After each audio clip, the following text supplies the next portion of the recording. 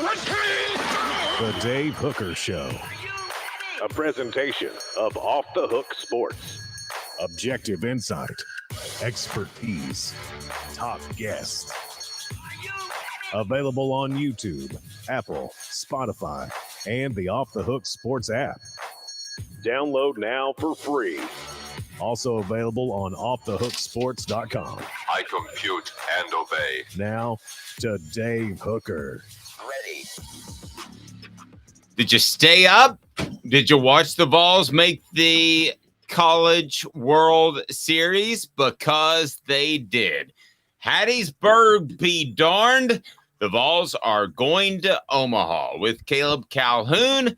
I am Dave Hooker. Welcome to the program. We have a huge show lined up today. We'll talk about the baseball Vols, of course. Also, Deion Sanders coming across as a little hypocritical, maybe with the collectives. And in honor of Nikola Jokic, who, by the way, won an NBA championship. For those that were watching the baseball Vols, I certainly understand that. Who is the most unlikely Tennessee superstar ever? That's our smoky hot takes of the day. We're going to take this from high school to college or college to the pros, and also the most overrated coach in college football, which, just for the record, at our 3:15 production meeting, Caleb said this would be a great transition from the Deion Sanders thing. He's already got Deion Sanders is overrated. We'll discuss. And did Tennessee just have the most successful season in their long, storied athletics history? Here we go. How are you, Caleb Calhoun?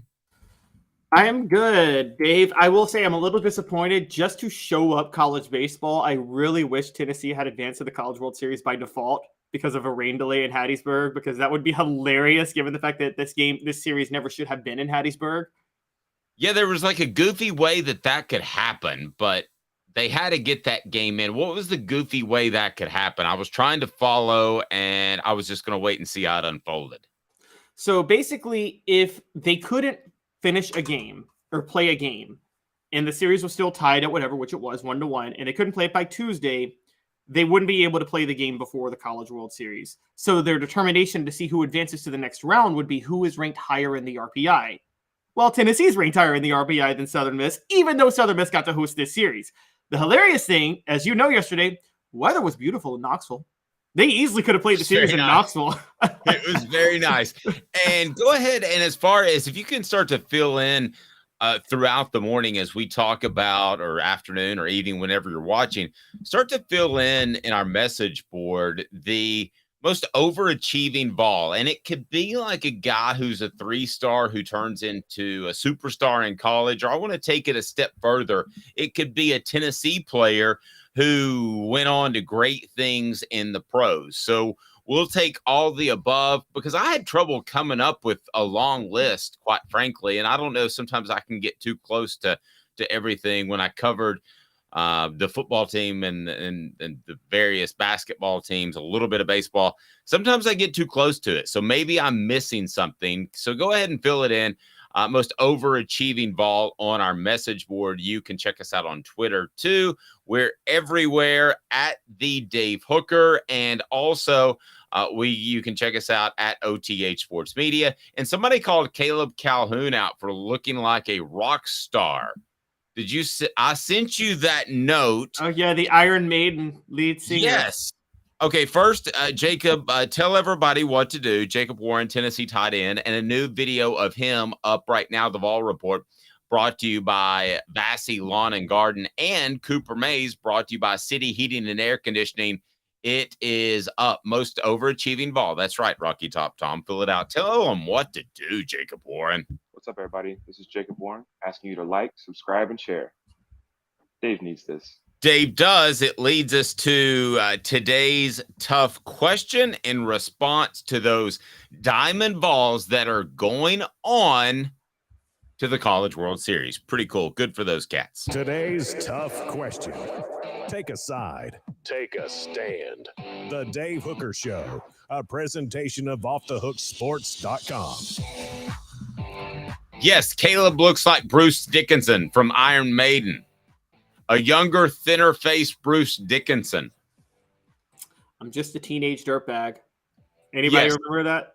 No. My wife loves, she finds 3 redheaded men very attractive. One is Willie Nelson. The other is Axl Rose. And the third is me. So that's pretty good company. What about that, Caleb? That's great company. That is really good company. But is it Axl Rose from the 80s or Axl Rose now? No, it's not Throw Mama from the Train Axl Rose that's rocking it now with Slash.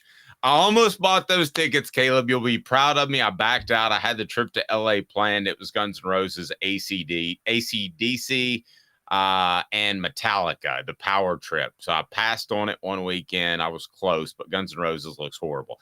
Is this the best season for Tennessee athletics in its history?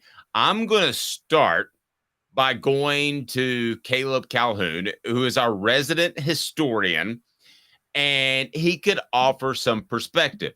My first initial retort at our 3:15 a.m. production meeting was that I got to go 98 Vols, right? Because the football Vols are going to trump everything. They won a national championship 98-99. The basketball team was very good, but they were disappointed against Delaware and then Southwest Missouri State that season. And then the Lady Vols, despite not winning a championship, had one of the best teams of all time. They had an injury-riddled season in 98-99. If they're healthy, they win it. Honestly, I would have to double-check to see what the baseball team that did that year, but I don't think they made the College World Series, and they didn't make the playoffs, did they? So they kind of stumbled through at about 31-20, if I remember correctly. Yeah, they were very mediocre. That was I believe that was Chris Burke's freshman year. Maybe it was his sophomore year, but yeah, they didn't do anything special that year. And Tennessee softball, I don't know if Tennessee softball had started yet. I think that sport began in 1999. Which I guess theoretically would be the same year, so maybe it did. But either way, that the sport was just getting off the ground. So yeah, okay. So 1999, Tennessee baseball went 28-28. Remember, the 98 national championship team would be the same academic year as the 99 baseball team, not the 98 baseball team. Right. Yeah. So we're going 98-99 fiscal year. I can't get past the national championship Tennessee football team. So, like, if everybody else didn't win a game, yes, I think you've got a strong argument. To me, though, football is so big. Is it 90%? Is it 95%? Is it 80%? Whatever. Let's argue it. But it's the vast majority. I can't get past 98-99, to be real honest with you, to answer today's tough question. But maybe I'm making it too simplistic. What say you, Caleb Calhoun? No, you were right. If there's anything, I mean, I'm football is so important.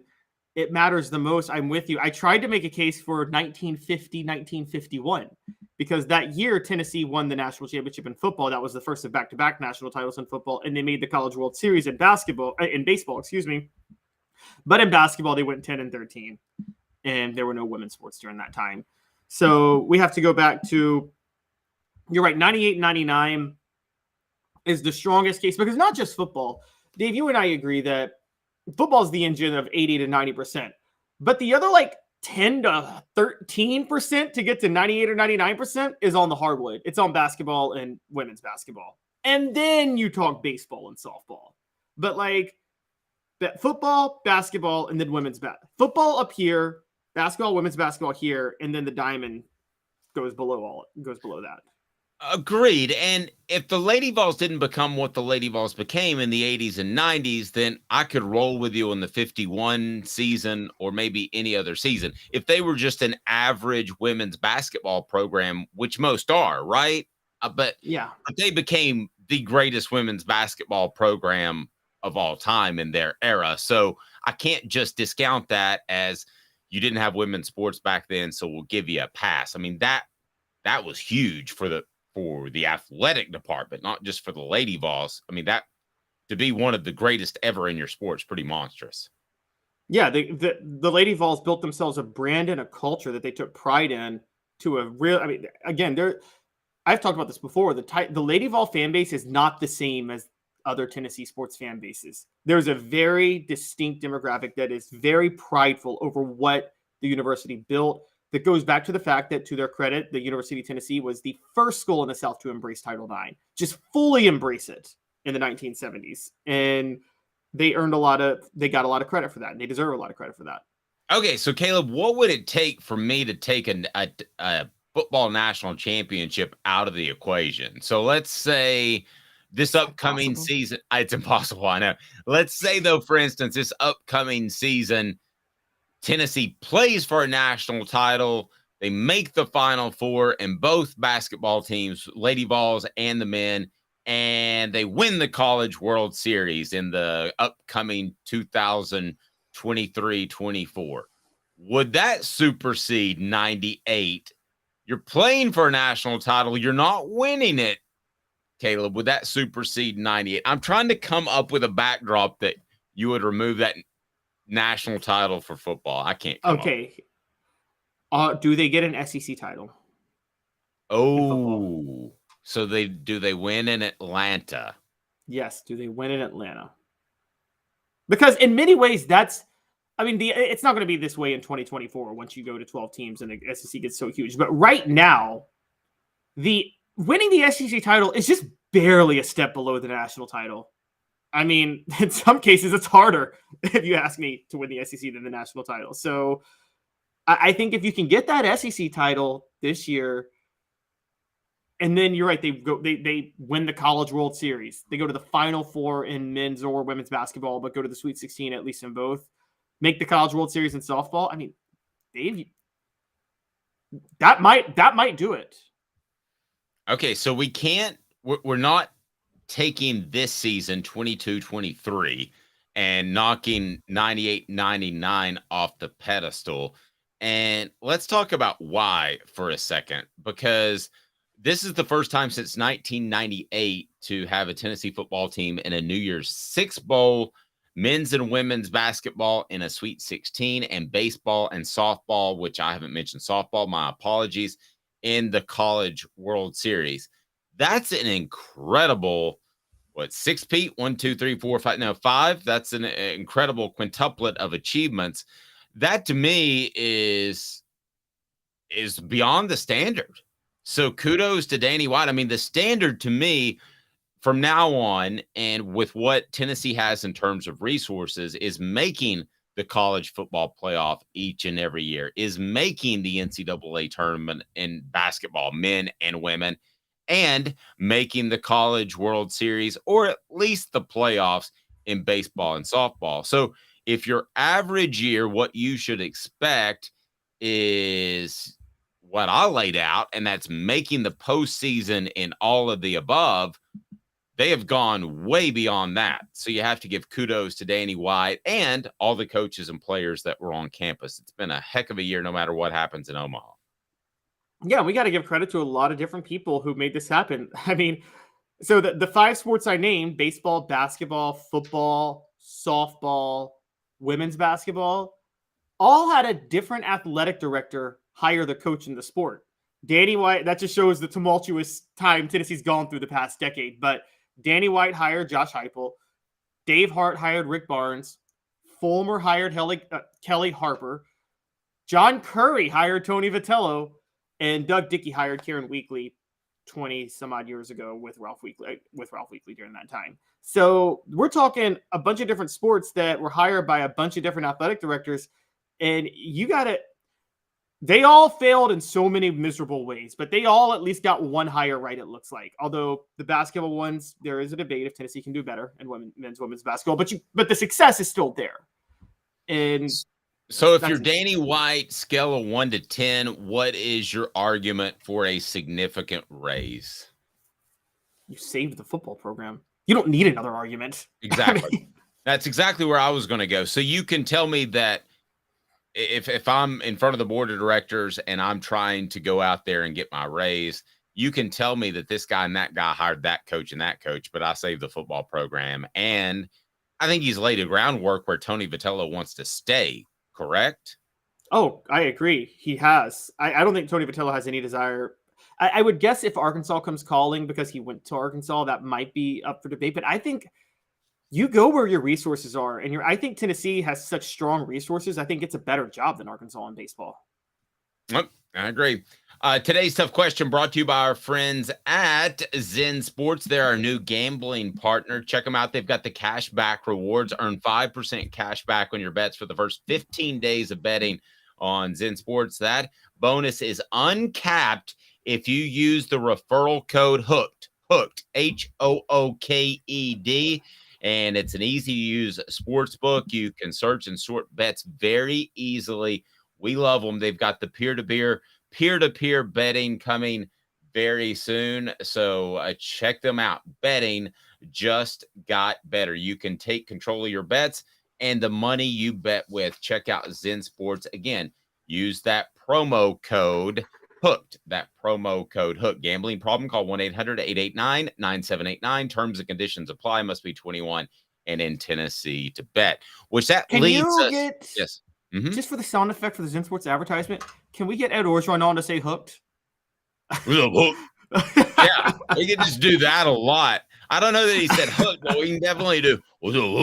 I do. That's the best impression I do. For some reason, my daughter's working on a Christopher Walken impression. I'm not sure why, but it's getting there. My impression, though, of Ed Orgeron is hands down the best and in the book. It's not even close. So this Tennessee baseball team goes to the College World Series. Big things expected out of some other cats as well. And there's one guy that got noted as one of the top 100, top 100 freshmen. And I'm glad he did. And it tells me that he has impressed Tennessee's coaches, because a lot of these stories, a lot of these long form articles, this one from 24/7, comes from talking to coaches. And you know about one guy. Iamaleava. His first name is Nico, one of the top 100 freshmen in the sport of college football. But the other is Arion Carter. Arion Carter at linebacker really wowed some people as far as incoming freshmen. To me, it's him and everybody else as far as having a huge impact this year. It's Arion Carter and the field, in my opinion. Any disagreement with that if I laid that out for our Zen Sports bet? Actually, yes. So I would say probably maybe over Nico, because we don't know if Nico's going to start.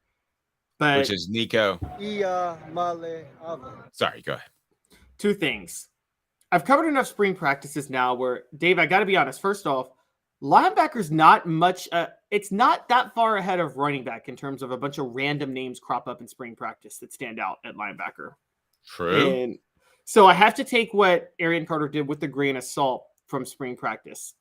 When you add in the fact that the defense is always supposed to be ahead of the offense in spring ball, like, again, it's very iffy what to believe with that. On top of that, Tennessee has a proven commodity at linebacker in Keenan Peely and a returner in Aaron Beasley. I think we're Tennessee. I still say it's going to be Jordan Matthews or Ricky Gibson. That's the star freshman of the group. And that's who I think 247 Sports missed out on. One of those cornerbacks will be every Vol fan's favorite cornerback, defensive back, midway through this year. Could be. Here's what I like about Arion Carter that I don't think you like quite as much. And that is, I think he has the type of big playability sideline to sideline like a Jeremy Banks had last year. I don't know that Peely or Beasley have that quite as much. I like Beasley. I don't know that either one of those guys are the ones that really scare you on the entire field, which is why I think there's a hole for Arion Carter. I think that he is going to have a major impact. Now, if you give me both cornerbacks, yes, I would take Gibson or Matthews. But if I had to pick just one guy to have a major impact, it's him. Let's remember this too about Carter. He was here in the spring. He impressed people. It's hard for me not to think he's one of the top 4 or 5 linebackers as of mid-June, Caleb. So if he's that already and he continues to improve, he can be even better. I like a lot about his play, his athleticism, and what we hear about him. I don't know that Peely brings that to the table. And I think Beasley is somewhere in between as far as a very elite linebacker that can go sideline to sideline and that can also be disciplined in the box. Both are compliments, but I don't know that he's that guy that just runs around like crazy. I'm not comparing Arion Carter to Lawrence Taylor, but the guy that you just kind of let run around and do what he wants to do. To me, that's Arion Carter right now, and I don't see the other two guys fitting that sort of role. Does that make sense? Yeah, no, I totally understand that. And that's why I understand why you would have Arion Carter on this list. I just don't think he's as sure of a bet as a defensive back on this list. And I think that's where I'm at, is that. Let me ask you this. If they played three linebackers like back in the day, would you have him on this list instead of a nickelback, which is essentially the third linebacker? And I'm a Nickelback fan, by the way. Y'all can hate me all day. Huge fan. Nickelback's horrible. But anyway, would he be on your list or stronger on your list if they played three linebackers like back in the day? Yes. Then you'd have Peely Beasley. You'd have Peely Beasley Carter. Yeah, I would have Peely Beasley and Carter at that point. And don't underestimate whether or not they might do that this year, because I could theoretically see, look, Beasley was a former safety. So he's a guy you can disguise coverages with a lot more than your typical linebacker. And so don't underestimate their potential to do this year, to kind of, I mean, I think one of the underrated things, something that has not been done yet in college football, I feel like, with the transition to a kind of more of a 4-2-5 nickel-based defense, is that I don't feel like coaches from the high school level have developed a player who could disguise the coverage where you don't know if they're going to line up at linebacker or as a extra defender in any given day. I think that's an underrated, unique thing coaches could tap into in football. Yep, very fair. So who will be the top freshman on Tennessee's football team this upcoming season? I think it's Arion Carter in the field. I think Caleb, we're going to let him have two. He's going to go Matthews or Gibson in the field, and it's brought to you by Andy Mason at AndyMasonRealEstate.com. AndyMasonRealEstate.com will save you thousands or tens of thousands of dollars on your next real estate exchange, and they have the best service and the best prices in the biz. It's pretty simple. So go ahead and check out AndyMasonRealEstate.com. That's who I will be calling shortly when I make my next move later this summer. One that continually gets mentioned, and I don't want to sound like I'm throwing him under the bus, is Gabe Judy Lawley. I think Gabe Judy Lawley will have as big or bigger of an impact as any one freshman on this team. Well, he's not a freshman, though. Or he's a transfer, excuse me. So Gabe Judy Lawley was mentioned with Carter. As far as any incomer, I'm going to speak on that a lot. As far as any incomer, I think he'll have as big of an impact after having college experience, after having SEC experience. I just don't know that it's going to show up on the stat sheet. I think he's going to be a utility guy in the defensive backfield, Caleb, that's going to be able to play corner or safety, a lot of different positions. I don't think, though, that he's going to be the type of player that has 15 tackles for a loss at the end of the year. And we haven't even mentioned Dante Thornton, who, again, is not a freshman, is a transfer. But I love Gabe Judy Lawley. I don't want it to sound like I'm overlooking him at all. I like him a lot. Yeah, I think if we're going over to newcomers, I think the transfers are going to have a bigger impact than the freshmen, because you're right, Dante Thornton, Gabe Judy Lawley, Keenan Peely, just those three alone are going to have, and and on the defensive line, I mean, John Gable Jr., Andres Carrick, Omar Norman Lott. I mean, we're talking almost everybody I named is either a projected starter or rotational player, where they're the first guy off the bench if there's an injury at multiple positions. So I think of that group, I mean, if we're going to newcomers, I'm saying probably John Campbell Jr., because Tennessee just needs, they literally cleared up space at left tackle for him to take on that position. Yeah, there's a difference between who we think it will be and who it needs to be. It needs to be John Campbell. I mean, they can survive without Gabe Judy Lawley having a big impact. They can survive without Arion Carter having a big impact. If John Campbell doesn't nail down that left tackle position, you got problems, Caleb. Yes, I agree. That becomes a giant concern. I guess theoretically you can move J.J. Crawford back over to left tackle and start Joe Mincy at right tackle because they both played left tackle last year, but you're not where you want to be. But they could have done that too when they had the injury issue at LSU. They could have moved Darnell Wright back over to the left side. I get the feeling when they make up their mind, they're not going back. Yeah, I that's probably true because I guess once you're working in the spring, you want to get settled into that position and make it second nature, particularly when you're running the tempo that Hypo runs. But this could be that they are just that confident in John Campbell Jr. Maybe they feel like he really emerged and they know they can rely on him there. So it could be a good sign either way. It's an overall interesting approach, to be honest with you, that you put your best offensive lineman on the right side. That's intriguing to me. They did it with Darnell Wright when they flip-flopped him from 2021 to 2022 from the left side to the right side. And I questioned it. I thought it was a really bad move at the time. I would have kept him on the left side, but I was dead wrong.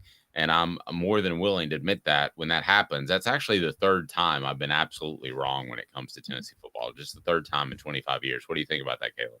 What are the other two? Is what I want to know. Oh, I can't remember. Were you a Brandon Stewart over Peyton Manning guy? I was not a Brandon Stewart over Peyton Manning guy. I was a Todd Helton guy. In exactly 2 minutes, we're going to tell you why Deion Sanders should strike some fear in Tennessee fans, and also why he's being a little bit hypocritical and the most overrated coach in the SEC and beyond in college football. So we've got a lot to get to. Hang tight as we'll be back in just 2 minutes. Sun, sand, and salt water, the beach is a very relaxing place. Unless you wear contacts. Ow! Open your eyes to the best the beach has to offer with LASIK vision correction from Campbell Cunningham Laser Center.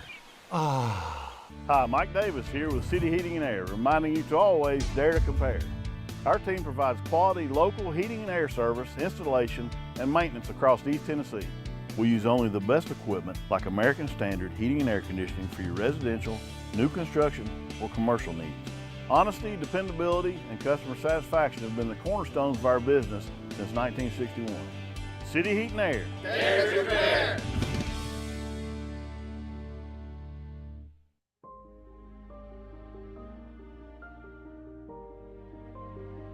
Our family has been creating one-of-a-kind pieces of jewelry in West Knoxville since 1986. Each piece is a combination of unique processes that bring your idea to life. Every day in our shop, a truly special item with a story all its own is being manufactured in our facility, bringing the history and family sentiment into a whole new generation of life. We're grateful that you chose us to be Knoxville's best jeweler, a title that we value and respect. Because to me, being a jeweler and owning a jewelry store are not the same thing. I'm Rick Terry. I'm a jeweler, and we want to be your jeweler. Kingston Pike and Campbell Station Road in the heart of Farragut, and downtown on Gay Street right next to the Tennessee Theater.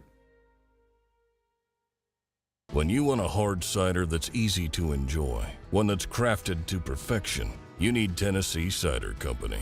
Some say it's the signature cider of the South. Others say it's the cure to your craving. They all say you'll savor every sip. With a selection of ciders free to sample, all it takes is one taste. Visit tncidercompany.com for more information, as well as to shop our ciders and merchandise online. Thirsty yet? Doors open at 10 a.m. Who's this guy? Hello, who is it? The Dave Hooker Show, Who? a presentation of Off the Hook Sports, What? YouTube, Apple, Spotify, and the free Off the Hook Sports app. Back to Dave Hooker. Boy, all you have to do is say Deion Sanders' name, and the message board tends to light up. All right, here's why Tennessee should be concerned about Deion Sanders before we get into his latest comments on the collective. There is a bond between Deion Sanders, Colorado's outgoing head coach, and Boo Carter, which is one of Tennessee's, I would say, most significant targets, not only because of his rating, because of the fact that he is in state as well. You just don't want to lose guys like that. That has a very, very Derek Dooley, Von Bell type of feel if Tennessee were to lose out on Boo Carter out of the Chattanooga area.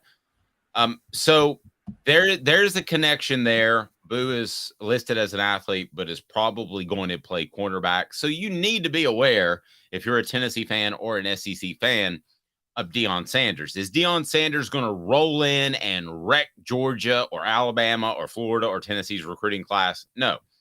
But could he take one or two guys that affects Tennessee or Georgia or Alabama? Certainly. And he's going to be able to cherry pick some of those guys. I believe that is going to happen. And yes, Boo Carter, the defensive back out of the Chattanooga area, no relation to Boo Ridley. If you notice, I'm not wearing contacts nor glasses, thanks to Campbell Cunningham, Taylor, and Hahn. They did my LASIK surgery. They can do cataracts as well. And they are local. They're phenomenal. And they have the local vision centers for your annual checkups. But man, I got the LASIK and I can see far, I can see close. It is unbelievable. Absolutely love it. So Deion, a bit hypocritical. What's he saying lately? I did find one of his comments last week. Pat Narduzzi came out, Pitt's head coach, who is so far behind the times.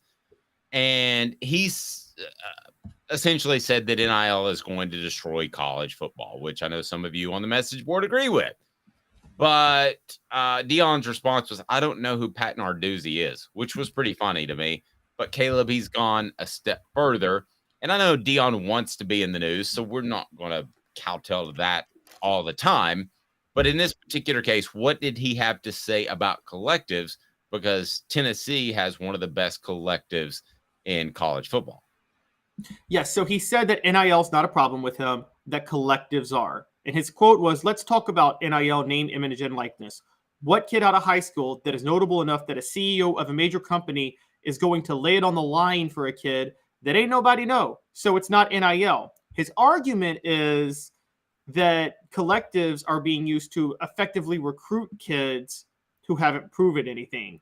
And he has a problem with that. My response is, so what? I mean, Deion Sanders is getting paid as a coach, as a like a D1 coach right now. Never proven anything as a D1 coach at that level. So again, so what? You like NFL draft picks have guaranteed salaries before they ever proved anything. A lot of them get endorsements. LeBron James got an $80 million shoe deal with Nike before he set foot on the court. Michael Jordan got his deal with Nike before he set foot on the court. So what?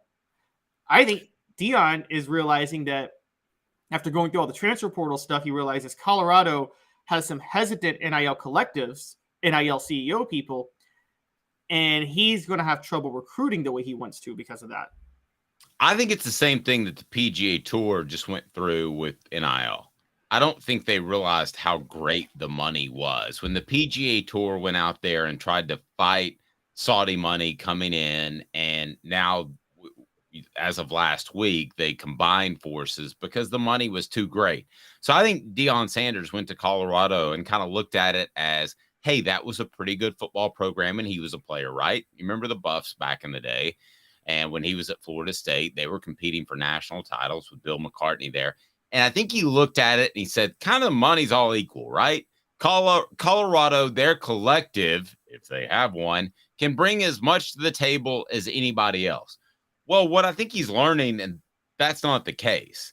He's used to football in the South, both as an NFL player, a high school player, a college player, and the support from Colorado is not going to be the same as it is at Tennessee or so many other schools as it would have been at Florida State, even though he was not ever really in the running for that job. But the money also is not only not there, but it might not be as organized. It might take a year or two to get Colorado's potential collective even close to its potential. At that point, Caleb, Deion Sanders could be looking at his next job. So he wants to get this fixed immediately. He would love a collective that would pay high school players. Don't tell me he wouldn't. Yes, it's hypocritical. But the bottom line is he has a glass ceiling at Colorado. That's what Tennessee and so many other schools really don't have, because there's more money than there is demand from the high school prospects to get you there. Same thing with the PGA Tour and the Live Tour. The simple fact is there was more money. There was plenty of money to satisfy the needs of all the PGA players if they all wanted to jump. Some didn't for various reasons. There just ain't the type of money at Colorado. They're the PGA Tour, while the top programs in the nation, like the Tennessee Alabamas and the Georgias, they are essentially the Live Tour. There's a lot more money there. Yeah, I agree. And that's where you're right. He thought his name would also help, kind of making Colorado the glamorous job would make some people want to get involved. But you're right. The business community in Colorado doesn't care about Colorado football the way the business community in Knoxville cares about Tennessee and football. It's not just an advertising investment for them. It's a lot of them are Tennessee fans. And so they're willing to buy some players to see Tennessee do well. You really don't have that out in Colorado. He did make one point that I think is fair.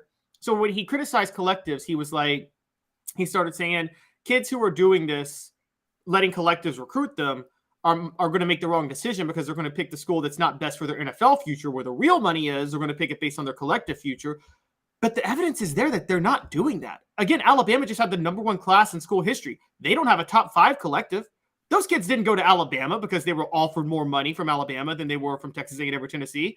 They went to Alabama because they were smart enough to know that as an offensive lineman or as a defensive back, I'm going to get coached and prepared for the NFL better under Nick Saban than I will anywhere else. So my chance at generational wealth is best going to play for Nick Saban. I don't think kids are that stupid. I think they're smart enough to know that.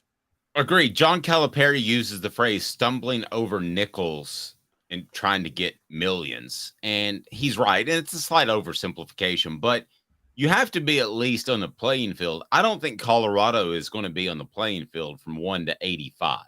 Do I think they could go out and target a kid like Boo Carter and probably get him with some NIL money? Yeah, but Caleb, can they get 25, 30 of those guys like the bigger schools can with better support?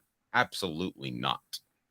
No, not at all. And pre-NIL, again, I think Deion Sanders thought the glamorous brand he brings would help Colorado. The only school I can think of the only 2 schools over the last 40 years, Dave, that I think have actually had success embracing like a glam type of college football brand are USC and Miami.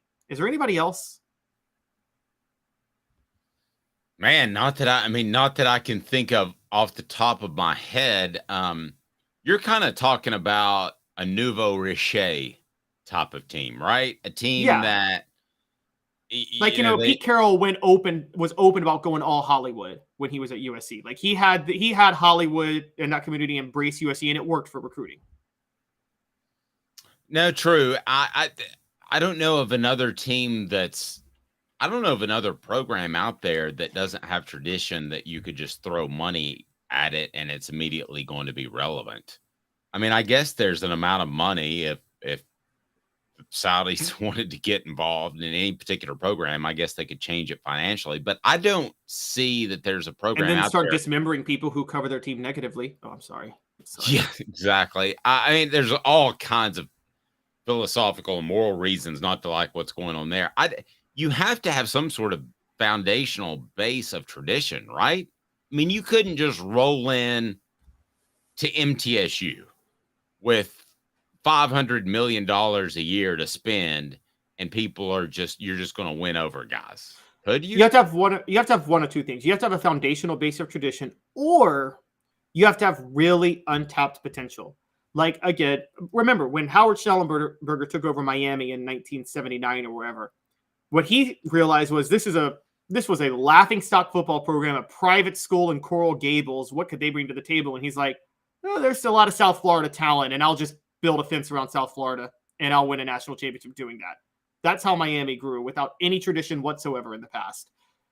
I think there are schools. No, I was going to say, and LSU was the same. They were a sleeping giant throughout the 80s and the 90s, And then Yes. Nick Saban went there. Florida was the same. They were a sleeping giant in the 80s, and Steve Spurrier went there. So you either have to, I see what you're saying, you have to have the talent or you have to have the tradition base. Right. Or you have to have such a level of glam that's untapped which Colorado doesn't have. To give you an example, I've been saying this for a long time. I don't know why the Big 12 or Power 5 conference doesn't target UNLV.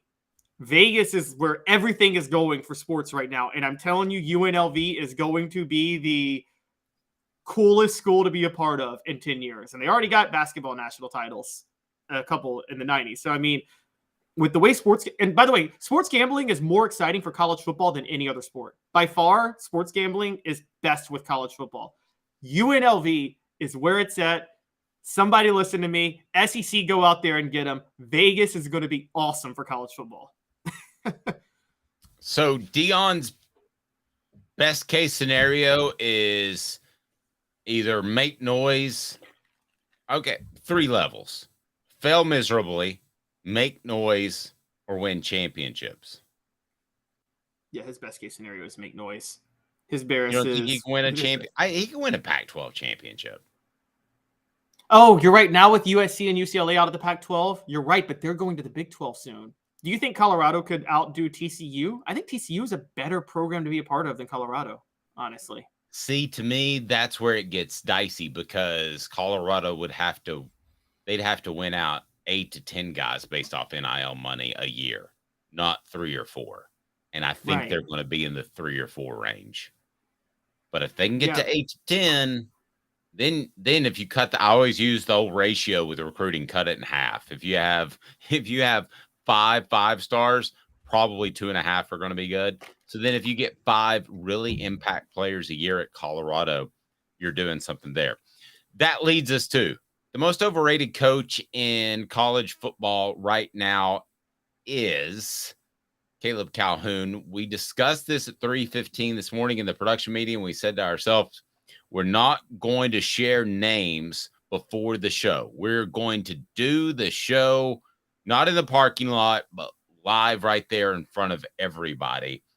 Somebody's already taken mine, and it's Ryan Day of Ohio State. So I got to go first. Ha, ha, ha. Hey, now. I'm going Ryan Day of Ohio State, and I challenge somebody to beat me on that one. But we have a Beamer vote, which I would have said last November before he beat Clemson and Tennessee, but I have retracted that stance. And also this isn't a debate about which coaches we don't believe in because no one believed in Beamer. No one's overrating Shane Beamer, honestly. So, right. All right. If Beamer's at all good, then he can't be overrated. Here's a thought on Steve Sarkisian, perhaps at Texas. That's a pretty good one. Steve Sarkisian's in my top 3. Oh, we got a top 3. Before we get to that, let me tell everybody you have to go to crafttreats.com. We're getting ready to get some puppies, and I can't wait to get the chill pills to get them chill because I haven't had puppies in a long time. We're getting 2. My wife's talked me into it. And with the chill pills, they've got the CBD derivative, and it can help with their anxiety, and they're going to have some because they're Yorkies. And they're also going to it'll help with arthritis one day when they get old, and I'll cry again like I lost my last dog a couple weeks ago. And but with Craft Treats, use the promo code off the hook, and you get 20% off any of their products, CBD or not. So go to crafttreats.com, use the promo code off the hook. So what are your 3, Caleb? The big 3. Caleb brings it each and every day to the program. Your big 3 top overrated coaches in college football. So number 3 is Deion Sanders. And the only reason I say he's not higher is I don't know if he's being rated. I don't know if he's gotten the same level of love yet as the other 2 people I'm about to name. But again, he's getting praised for winning a championship at Jackson State when he used his name and NIL collectors at Jackson State to get what otherwise would be Division I players to go there. And so he had Division I players against a bunch of other Division II schools. Of course, he was going to go 9-1, 10-0. Okay, so I want to inspect one at a time. So are you saying that Deion will not have success at Colorado? Are you saying he's not a good coach, or is he just gotten so much promotion because of his name that there's no way he can live up to that? I think he's gotten so much promotion because of his name. There's no way he can live up to that, particularly at Colorado. So, yes, I think he's overrated. Using that definition, there is nobody more overrated in all of coaching right now. I mean, he hasn't done anything. Nothing. I mean, you can pick NBA, you can pick Major League Baseball, we can go down the managers, whatever you want. But using that definition, it's Deion and everybody else. Now, he could prove us both wrong. We agree with that, right? Right. Yes, he could. Okay. So who else? I need Deion Sanders should be an agent. I need to learn from Deion Sanders how to like make people love you so much. Yes. All right. So who else is in Caleb's top 3? Okay. Number 2 is Steve Sarkisian. And I continue to believe Steve Sarkisian is overrated. And I don't know what it's going to take to change people's minds on this, but that was his second year at Texas last year, and it wasn't that special. Usually your second year is a year, particularly at a school like Texas, is when you can explode. So I got Steve Sarkisian at number 2. You disagree? Do you think he's good? Well, I don't know. He derailed his life for a while and his career with the alcohol problems. I think what he's done in terms of recruiting, but that could be a lot of NIL, but it wasn't with Arch Manning, so he was able to get him. So I'm impressed. He's got Nick Saban's respect because he went through that coaching rehab, no pun intended. So kudos to that. Caleb, I'm not sure yet. So I hear too many good things from the coaching community about him. So I'm going to withhold judgment right now, but yeah, I wouldn't be surprised. I wouldn't be surprised if you're right in a couple years. Oh, vote for Jimbo Fisher. Last year, Jimbo Fisher was overrated. He's not overrated anymore. I think most people agree he's a bad coach now, or what? But how about as a whole in his career? If he doesn't have Jameis Winston, he's not winning a national title, and he's not signing $100 million. I mean, contract. He's absolutely the most overpaid coach in the history of college sports. Like, by a long shot, too. No one, like, that was insane that he got that. But I don't consider him overrated anymore because I think that people are down on him now. No, my number 1 is another rehabbed Nick Saban assistant. It's Butch Jones. No, it's not. He's not. Mario Cristobal.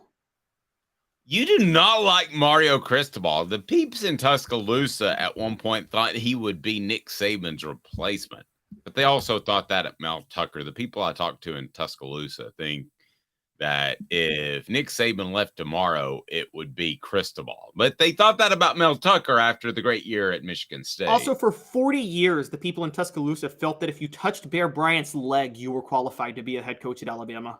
I'm just telling you what I hear. I'm not trying to start a fight. But Caleb, why that direction? Why do you go that way? I think Cristobal. One, I think the FAU schools are very underrated jobs. Again, that area of Florida, you're in the Sun Belt or Conference USA. And again, it's kind of like Louisiana, Dave, lower level of talent, but you can just go get some guys to run your program with that level of talent. And he had 2 winning seasons. Things fell apart pretty quick. Went to Oregon, and he's coasting off 2 back-to-back Pac-12 titles and 3 Pac-12 North titles. Okay, one of those Pac-12 titles was 2020. He went 4-3. That was COVID year. Nothing counts during COVID. I'm trying to tell people that the COVID year doesn't count unless you're the SEC and you played a full season. No, I'm with you. Now, let me tell you why Ryan Day is the right answer and your 3 aren't. I mean, I don't like Ryan Day. I just don't think he's overrated because I think his seat's starting to get warm there, but I'll listen. Okay. They essentially ran off Urban Meyer. They thought Ryan Day was the golden boy, and Urban Meyer had baggage, but they didn't think they were going to take a monster step down. I can tell you this from good sources at Ohio State.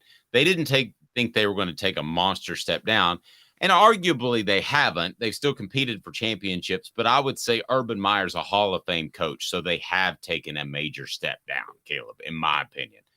So if you run off a Hall of Fame coach, the 3 guys you mentioned, all fantastic candidates, but you didn't run off a college football Hall of Fame coach to get this guy.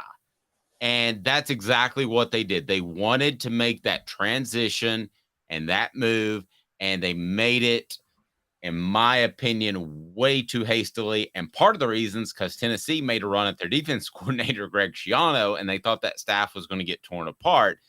And that's why they kind of promised Ryan Day the job before you know it, sort of thing. Wink, wink. You're not going to have to wait around for 5 years. So you ran a Hall of Famer out, essentially, to get Ryan Day. That would be like running off Philip Fulmer to get John Chavis. There is yes, but Dave, there's a huge factor you're missing here, which is had they not run Urban Meyer off, Urban Meyer has the great fortune of having bailed on programs before the damage he caused was fully seen. He bailed on Florida before the damage of his lack of discipline really showed. Had he stayed at Ohio State, recruiting would have really started to suffer because Urban Meyer's reputation at that point as a guy who didn't care when his Florida players were out here murdering people, and then didn't care when his assistant coach was out here beating his wife, okay, and was covering up for it. That was going to show up in recruiting, and the program would have collapsed. You had to run him off at that point. I agree, but I've seen the flip side where they hold on. ADs will hold on to those coaches until the bitter end. There has to be like a double felony before they'll make that move. Rocky Top Tom is throwing high, hot heat, just like the Vols did in the Super Regional. He says Monty Kiffin's son is incredibly overrated. Let's go there for a second. Here's where I stand on Lane Kiffin. So he's one of the few coaches I actually developed a relationship with, and that, you know, I call him and that sort of thing. So maybe I'm biased. I do not think he is overrated at all because I think he is a fantastic offensive mind. I think that he was standing on third, thought he hit a triple when he was at Tennessee and with the Raiders, and when Washington made a run at him and Tennessee got him instead. But overrated as a coach, I'm not willing to go there. I think he's a special play caller. I think he's a special offensive mind. I think he derailed his career when he left Tennessee too quickly for a school in Southern California that had NCAA issues pressing down upon them. So I ask you, I say no. I ask you, is Lane Kiffin overrated? Not as a football mind. As a CEO running a program, yes. I think Lane Kiffin is very reckless. And I think he takes risks that, quite honestly, let's go back to his Tennessee year, that 1 year. Okay, let's hypothetically think if Lane Kiffin stays at Tennessee and doesn't go to USC. Lane Kiffin was so desperate to sell himself and what he was doing that he took the most toxic recruiting class in the history of college football in 2009 and put that thing together. More felons than all SEC players, and you can actually look that up. Yes, exactly. And it was a top 10 class, and he bragged about it. And halfway through the year, Nuke Richardson out here goes out and decides to rob a gas station. And by the way, Nuke Richardson was the player that was the catalyst for Lane Kiffin taking that shot at Urban Meyer that made him the most hated. He also took a shot at Pahokee. He's like, have you ever been there? You want to get out of there. I'm like, how can you go back there and recruit? Travis says Lane Kiffin has proven absolutely nothing on his own. That is, all right, Travis, I'm not trying to argue with you, but I would present this. One of the things I really liked about Lane Kiffin when he was hired at Tennessee, and maybe this is a whole different segment, Caleb, all of a sudden, but one of the things I did like about Lane Kiffin is that he went out and he hired the Ed Orgerons, the Frank Wilsons.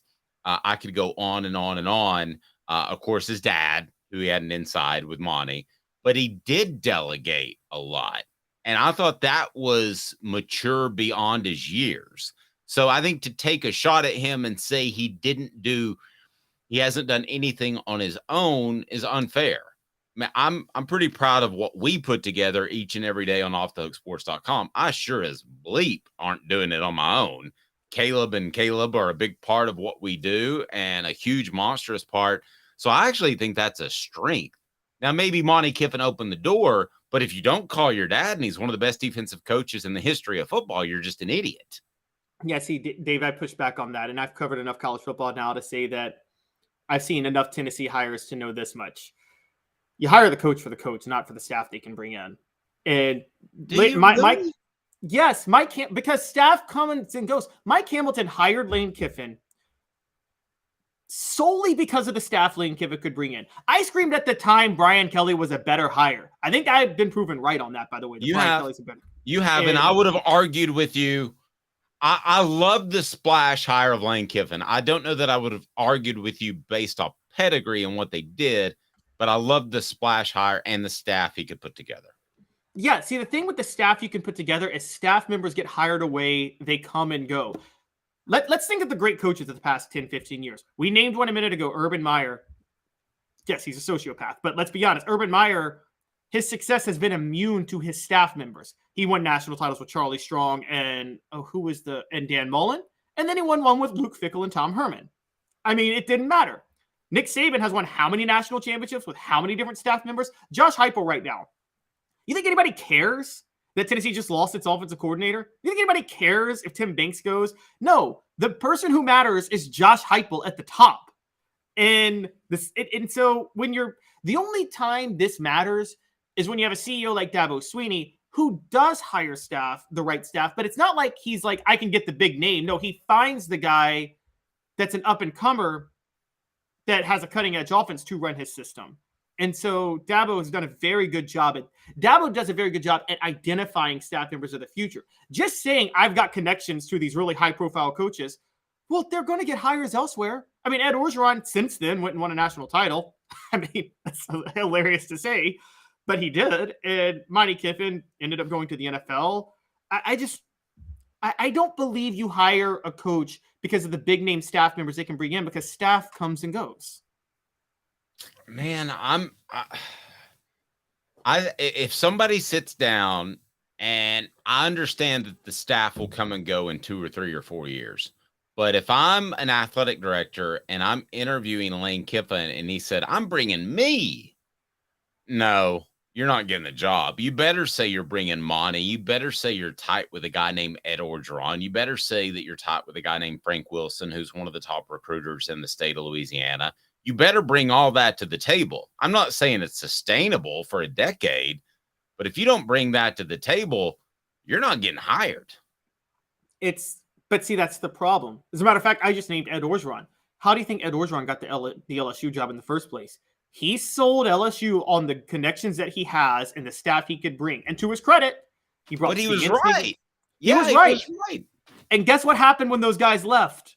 The program collapsed. But would anybody other than Alabama and Georgia not take a one-year wonder and the subsequent disaster that was Ed Orgeron if they had a national title in their pocket? Yes, you do. But I don't think Tennessee was hiring Lane Kiffin for 5 years. I think they were thinking 20, 25, whatever years when they hired Lane Kiffin during that time. So I don't, again, that is such a flash in the pan. What happens because if you don't win the national title and those coaches go and your program falls apart, well, then you sacrifice the long-term stability of your program for one splash year that got your staff members hired away. So are you telling me that Josh Heupel, hands down, is a better coach than Lane Kiffin? First, I want to tell you, it's brought to you by Vassy Lawn and Garden. Man alive, it's worth the drive right there in Cleveland, Tennessee. Make the drive from Nashville, Knoxville, or Chattanooga with their buying power. They'll save you thousands of dollars on your industrial or commercial mowers, residential as well. Go to Vassy.com to learn more. They bring you the Vol Report with Jacob Warren that is up on our YouTube channel now. Vassy Lawn and Garden, man alive, it's worth the drive. Vassy.com, Toro, count on it. So you're telling me that based off what you said, the assistants don't matter as much because if Banks or any of Tennessee's coaches left, Heupel would be able to replace them. You're saying that Josh Heupel is a significantly better coach than Lane Kiffin right now. That's your stance. I'd say better, not significantly, because the thing you have to remember, what we're missing in all of this, Lane is a good offensive mind. If you're going to make the case, Josh Heupel now, that's why I said Heupel's better. Heupel's a better coach than Lane.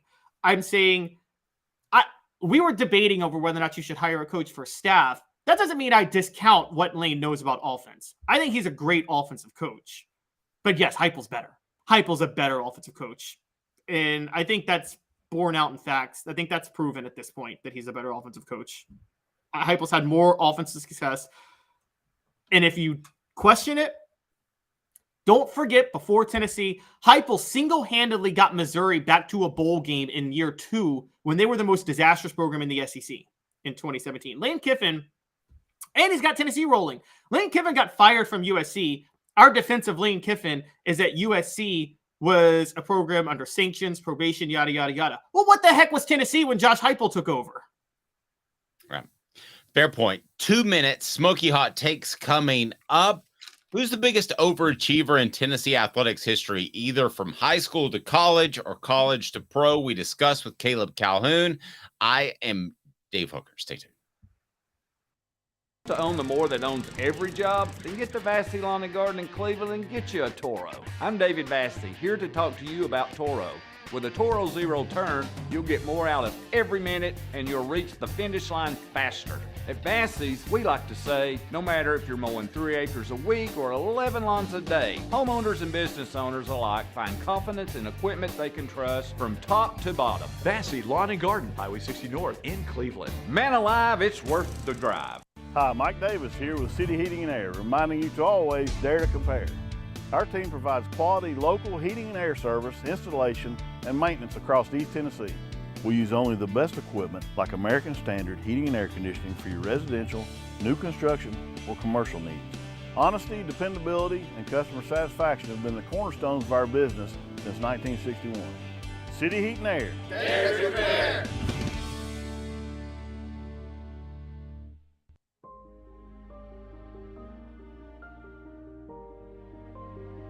Our family has been creating one-of-a-kind pieces of jewelry in West Knoxville since 1986. Each piece is a combination of unique processes that bring your idea to life. Every day in our shop, a truly special item with a story all its own is being manufactured in our facility, bringing the history and family sentiment into a whole new generation of life. We're grateful that you chose us to be Knoxville's best jeweler, a title that we value and respect. Because to me, being a jeweler and owning a jewelry store are not the same thing. I'm Rick Terry, I'm a jeweler, and we want to be your jeweler. Kingston Pike and Campbell Station Road in the heart of Farragut, and downtown on Gay Street right next to the Tennessee Theater.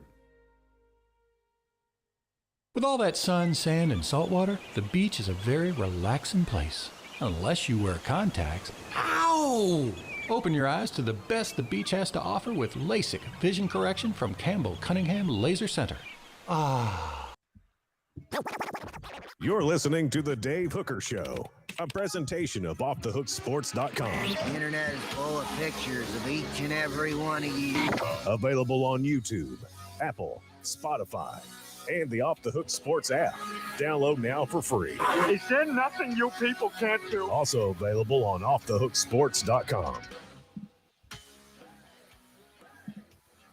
Technology is fantastic, except this AI thing scares me. Somebody punched in AI have Guns N' Roses do a Poison song. And if you didn't know, by the way, Guns N' Roses is not a hair band, just for the record. They are an incredible band. They're not a hair I love Guns N' Roses. They're still a hair band, bro. No, they're not. No, they're not.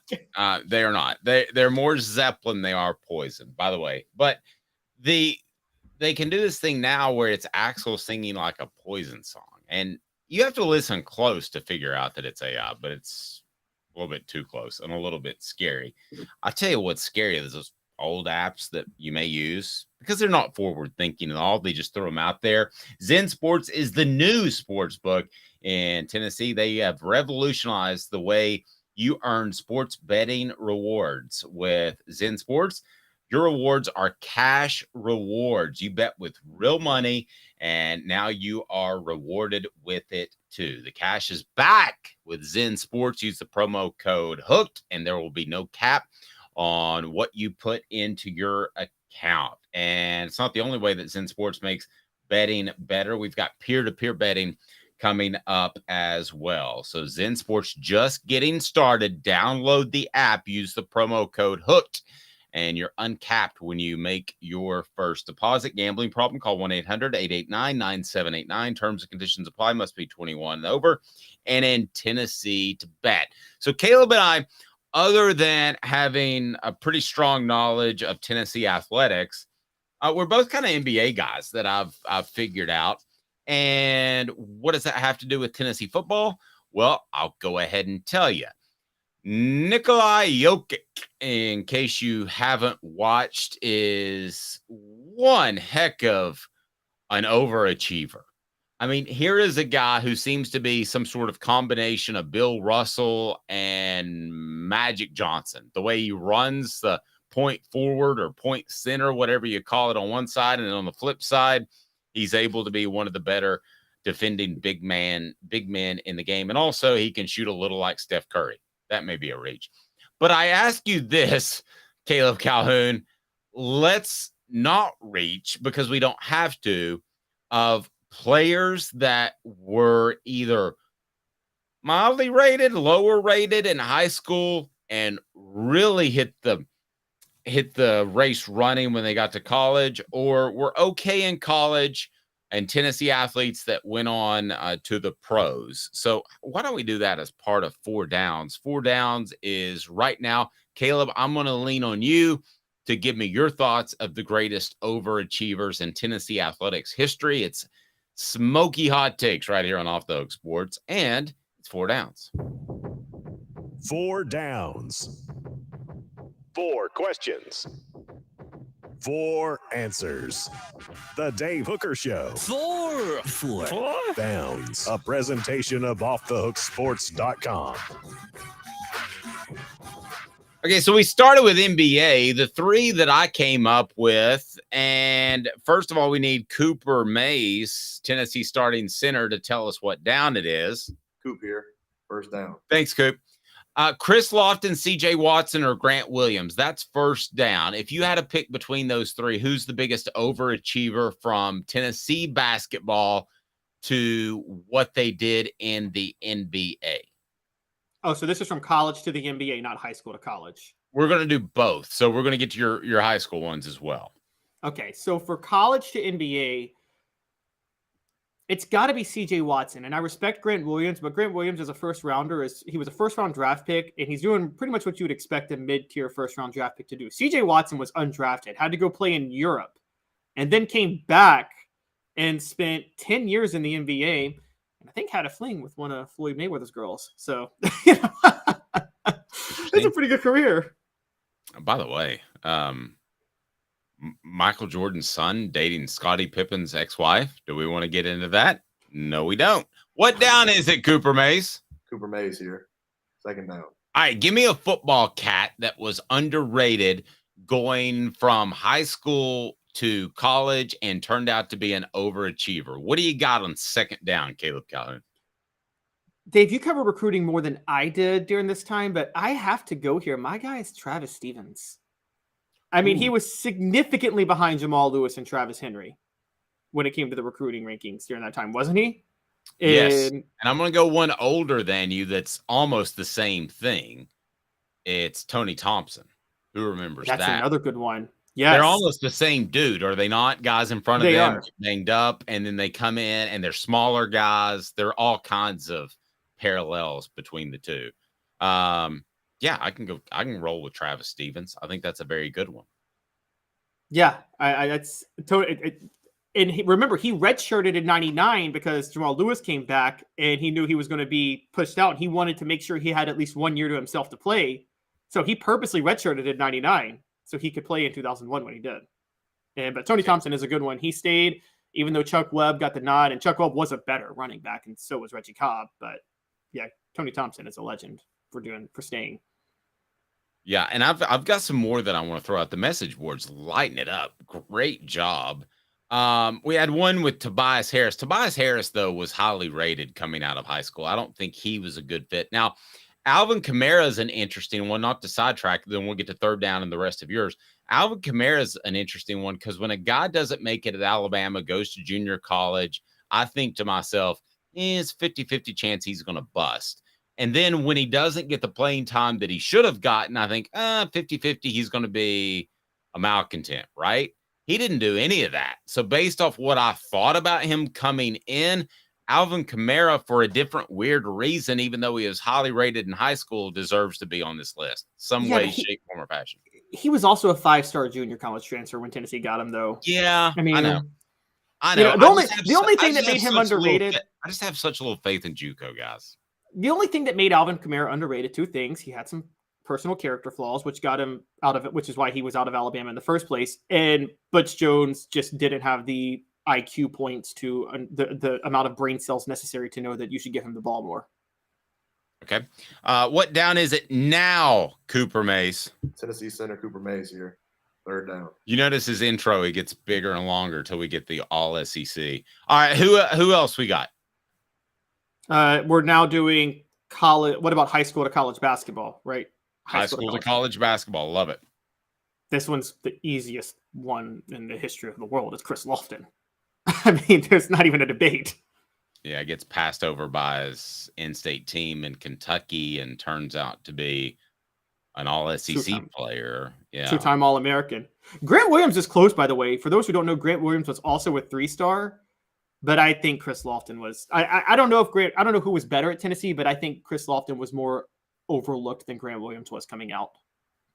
The only reason Chris Lofton wasn't overlooked is that he was from Kentucky and Kentucky didn't take him. So it made him a newsworthy name in college basketball recruiting, but still Kentucky passed on him. All right. What down is it now, Cooper Mays? Cooper Mays here.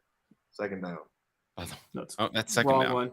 Coop, come on. Coop, is this the Colorado, Missouri official from 1990?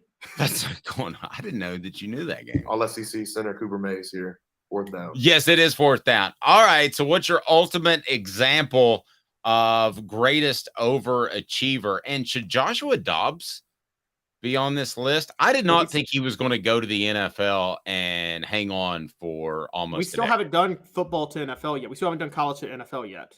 Okay, let's go. Joshua Dobbs. Is he on your list? No, because there's an obvious one for college to NFL, and you can feel however you want to feel about him, and that's fine. But it's obviously Arion Foster. I mean, the guy was undrafted in the NFL, and he became a 4-time Pro Bowler and a 2-time leading rusher. You can't beat that. That's pretty good. That's pretty good. Another vote for Jason Witten. Jason Witten surprised me because he did so at tight end. It didn't surprise me that he was an elite athlete. I thought he was very good, but I thought he would do so at defensive end. They moved him about 3 weeks into. Everybody knew he was a tight end. It's just former lied to Jason Witten and told him you'll play defensive end, which was why he committed to Tennessee and not Michigan. I have to be honest, and I was there at the time, Caleb. I didn't think he'd play tight end because they didn't utilize the tight end. I thought it would have been a waste of talent. Well, I mean, turns out you're right, but at the time I didn't think they'd move him. I was very surprised the day they moved him, and I remember Jason Witten was very surprised as well. We're also forgetting the reason they didn't utilize the tight end at the time was, as you've pointed out, David Martin didn't want to play tight end, and they just needed extra blocking tight ends to keep their running game going. But it wasn't like they hadn't used tight ends in the past. I mean, they used Von Reeves a lot in the early 90s. Yep. Smoky Mountain Red says, I want Caleb on my sports trivia team next time, as do I. If we do Sports Jeopardy, it's what is the guy that knows everything? Caleb Calhoun. City Heating and Air Conditioning, portions of the program brought to you by City Heat and Air. Go to cityheatandair.com. Integrity matters. You may not need a whole new unit. You may just need some coolant or a part. Well, they'll take care of you. So before we get to the all-time just overachiever from high school to college and then college to the pros, I remind you to go to City Heat and Air. City Heat and Air, 50 years in East Tennessee. Integrity matters. So, Caleb, the all-time high school to the University of Tennessee is the all-time overachiever. All-time. This is really, really, really tough, guys. I feel like we're missing a lot. And one college one I wanted to name was Chris White on the 1985 secondary. Great one. That's a great one. And I've got a few from the 90s that I would throw out there, and I don't know their recruiting rankings because that wasn't a big thing, but I know Dominic Stevenson was kind of just he was just kind of thought of as a throw-in with the Al Wilsons and the Raynoch Thompsons of the world. Okay. I know I'm mentioning Celebrate 98 because that's what we did. I know I mentioned the 98 teams because of that, but how about a Steve Johnson who was out of Georgia, started the entire season, but he gets a little overlooked because of Deion Grant and Fred White and Dwayne Goodrich on the other side. Yeah, but we need a guy who was unheralded coming out of high school and had a successful college and NFL career. That was unheralded coming out of both. And I love Steve Johnson, but he didn't really have much of an NFL career, to be fair. And Mr. Jones says Hendon Hooker if transfers count. Hendon was a 4-star though coming out of high school. He was a 4-star, and most people had agreed that Hendon should have been starting over Joe Milton. That was a vanity move by Josh Heupel because he signed Joe Milton, and he did not want to believe he was wrong in who he targeted. I'm just going to say it. I'm sorry to be unfair, but it's true. It's not unfair. We've had a couple of votes for Cordero Patterson. He was a 4-star JUCO transfer. I mean, everybody knew he was going to. You covered that team, right? The 2012 team, or were you already at ESPN? 2012. Yes, I was. 2012 is when I went to ESPN. Okay, so yeah, he. I can't say underrated with Cordero Patterson. I think we knew how good he was going to be. So who we got then? Are we saying recruiting rankings have gotten that good? They have been pretty good. I'm trying to think. Montario Hardesty would have had he not gotten hurt in the NFL, because he was a guy who was completely overlooked when he played, and then finally got his starting shot in 2009, and then became unfortunately his knees were already blown before he actually got to the NFL. I that's the one guy I felt bad about. How's your knee? You had to ask every single week. Okay, here's a really good one that didn't go to Tennessee, but Randall Cobb.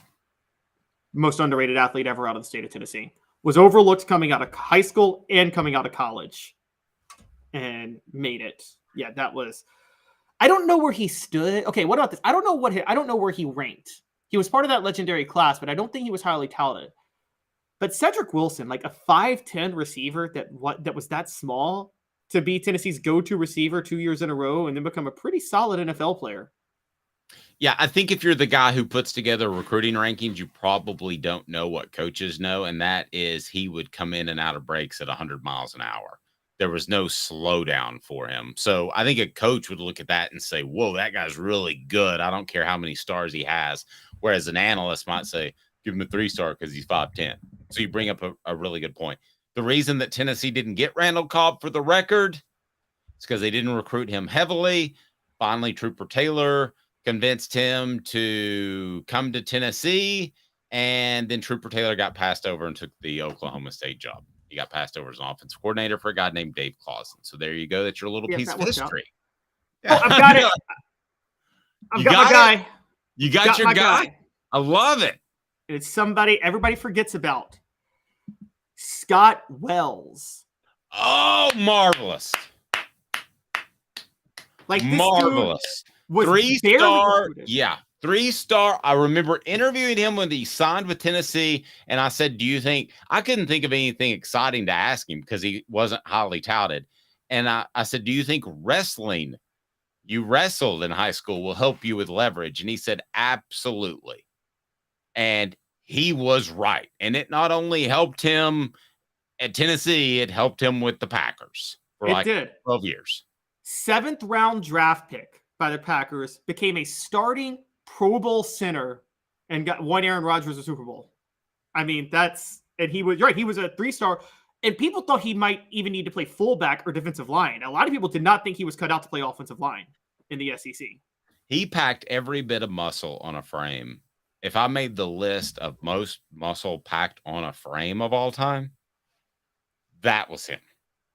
I've never seen a man pack more muscle on one frame than him. All right. That's why he makes the big bucks. Caleb Calhoun comes up with Scott Wells with the clock ticking. Have a fantastic morning, afternoon, day, whenever you're listening. We're live each and every weekday.